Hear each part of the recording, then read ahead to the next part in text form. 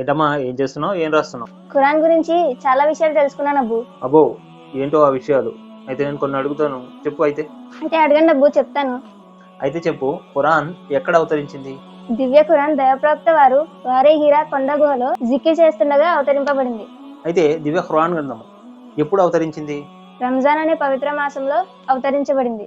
మరి దివ్య ఖురాన్ గ్రంథము రాత్రి అవతరించిందా, పగలు అవతరించిందా? లైలతుల్ కదర్ అనే రాత్రిలో అవతరింపబడింది. సరే, మరి ఈ ఖురాన్ గ్రంథము ఎవరిపై అవతరించింది? దైవప్రవక్త ముహమ్మద్ సల్లల్లాహు అలైహి వసల్లం వారి హృదయ పలకంపై అవతరింపబడింది. మరి ఈ ఖురాన్ గ్రంథం ఎవరి కోసం అవతరింపజేయబడింది?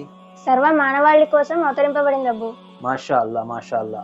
ఈ జ్ఞానం కలిగి ఉండాలమ్మా ప్రతి ముస్లిం కూడా ఖురాన్ గురించి.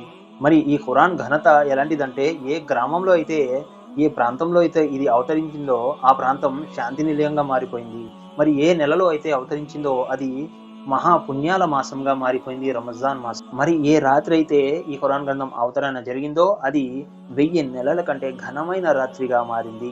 మరి ఎవరిపై అవతరించిందో ఆ ప్రవక్త ముహమ్మద్ సల్లల్లాహు అలైహి వసల్లం వారు ప్రవక్తలందరికీ నాయకుడిగా అయ్యారు, ఇమాముల్ అంబియా అయ్యారు. మరి ఏ సమాజం కోసం ఇది అవతరణ జరిగిందో ఆ సమాజం ఉత్తమ సమాజంగా అయింది. కుంతుం ఖైర ఉమ్మత్ అనిపించుకుంటుంది.